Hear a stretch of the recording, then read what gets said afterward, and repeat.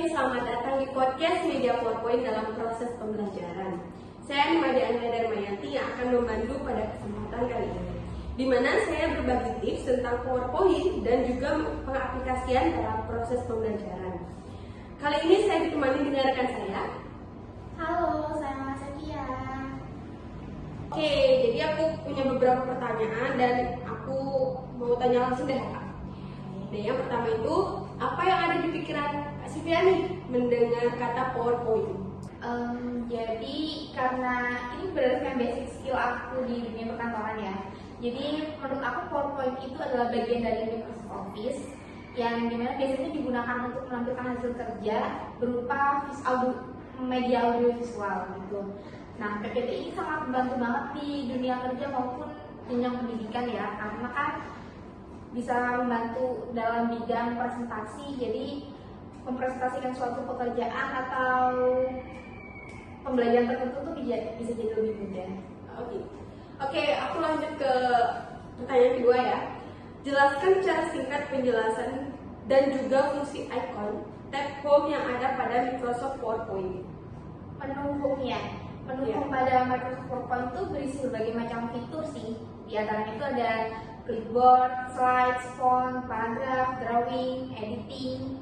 Nah, di tiap icon itu ada fungsi-fungsinya sendiri. Kalau clipboard itu ada fungsinya itu sebagai berbagai macam menu seperti copy paste, objek, format printer, Tuh.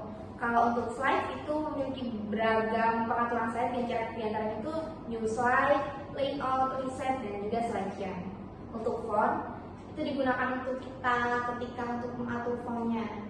Font yang kita pilih jenisnya apa, size-nya berapa, untuk increase font, bold, italic, dan sebagainya lagi ya. Untuk paragraf pada menu ini tuh ada 15 icon. Nah, dengan berbagai macam fitur di antaranya itu ada bullets, numbering, increase, list level, align text, dan sebagainya lagi. Kemudian ada drawing. Drawing adalah icon group yang digunakan untuk pengaturan gambar.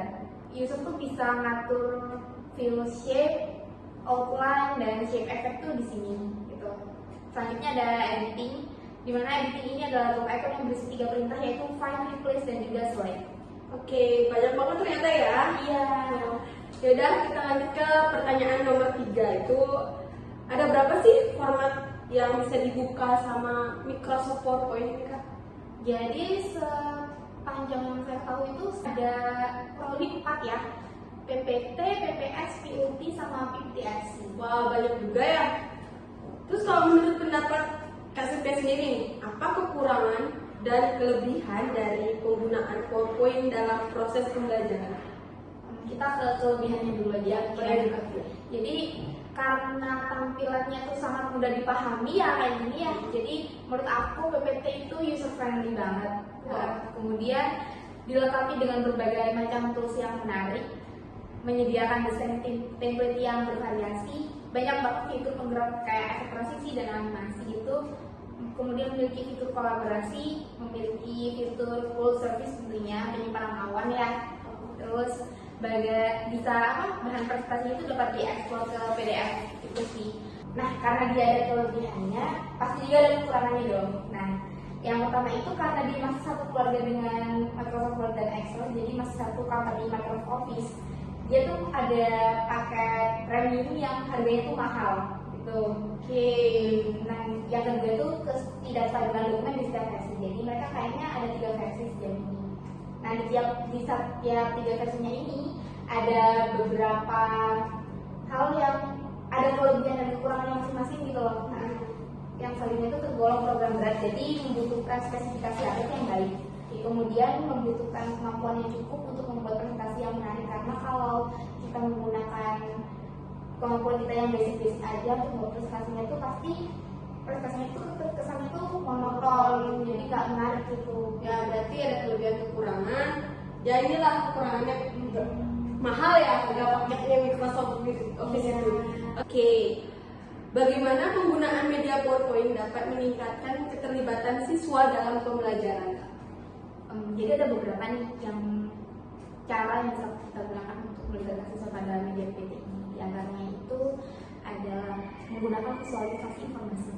PowerPoint mungkin PowerPoint itu sangat memungkinkan guru untuk menyajikan informasi secara visual melalui penggunaan gambar, grafik, dan diagram. Visualisasi ini dapat membantu siswa memahami konsep yang lebih baik daripada hanya menggunakan teks saja. Jadi kalau ada visualisasinya tuh kita lebih enak gitu Ya, lebih iya kan? hidup ya, lebih hidup ya. Daripada kita baca masing-masing teks gitu. Iya, iya. Kemudian interaktif ya. PowerPoint ini dapat digunakan untuk membuat kuis, pertanyaan refleksi, atau latihan interaktif lainnya. Dengan melibatkan siswa dalam kegiatan interaktif, mereka jadi lebih terlibat secara aktif dalam proses pembelajaran. Kemudian struktur materi, dengan membagi materi menjadi slide kan ada setiap slide itu bisa kita ganti ya materi-materinya. PowerPoint itu bisa membantu menyajikan informasi secara terstruktur dan logis.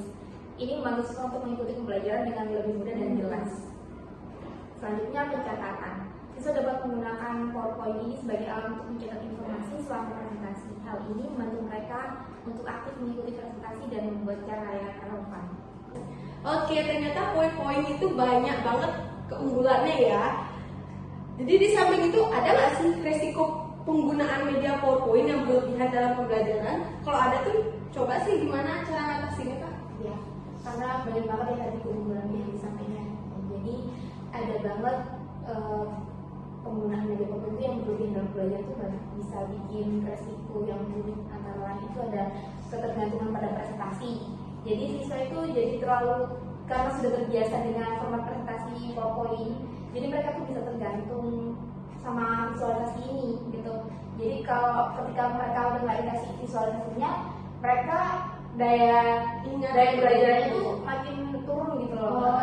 Mungkin ada pengalaman belajar yang pasti karena presentasi PowerPoint itu hanya digunakan sebagai alat untuk menyampaikan informasi tanpa interaksi atau keterlibatan siswa. Ini nantinya akan jadi pembelajaran yang pasti dan kurang efektif. Jadi tadi kita harus aktif dalam presentasi itu. Kemudian itu ada gangguan visual dalam presentasi karena tadi kayaknya bisa saya sampaikan ya, ketika terlalu banyak elemen visual atau animasi yang dalam presentasi yang dimasukkan itu, jadinya itu bisa mengganggu fokusnya siswa karena jadinya mereka fokus ke animasi gitu. Kemudian kelelahan visual. Jika slide PowerPoint terlalu padat dengan teks atau elemen visual yang kompleks, hal ini dapat menyebabkan kelelahan visual bagi siswa dan membuat mereka jadi kesulitan untuk memproses informasi dengan efektif. Kemudian untuk mengatasi risiko penggunaan media PowerPoint ini yang berlebihan ini ada ini juga loh. Ada cara menanggulanginya ya.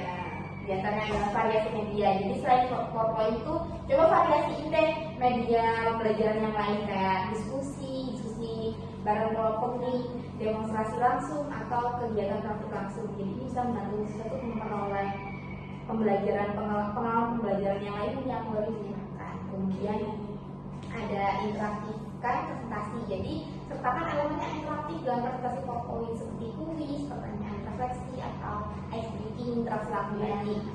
Kemudian batasi penggunaan visual. Jadi janganlah terlalu menumpuk, jangan terlalu banyak itu elemen-elemen yang dimasukin. Biar nggak berat di kitanya juga, visualnya juga nggak berat. Gitu.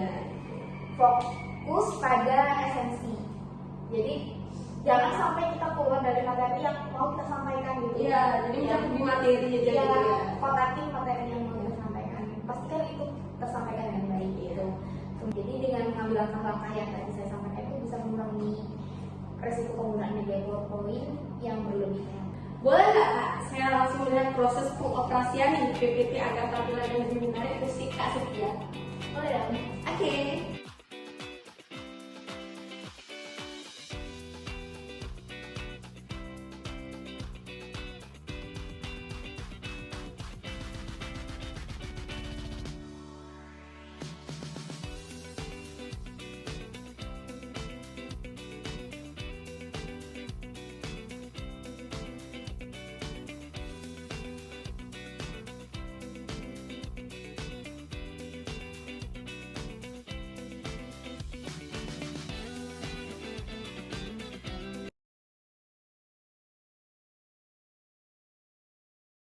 Terima kasih karena telah mendengarkan podcast saya yang bertemakan media PowerPoint dalam proses pembelajaran. Saya harap Anda menikmatinya dan terima kasih sekali lagi atas dukungan Anda. Sampai jumpa.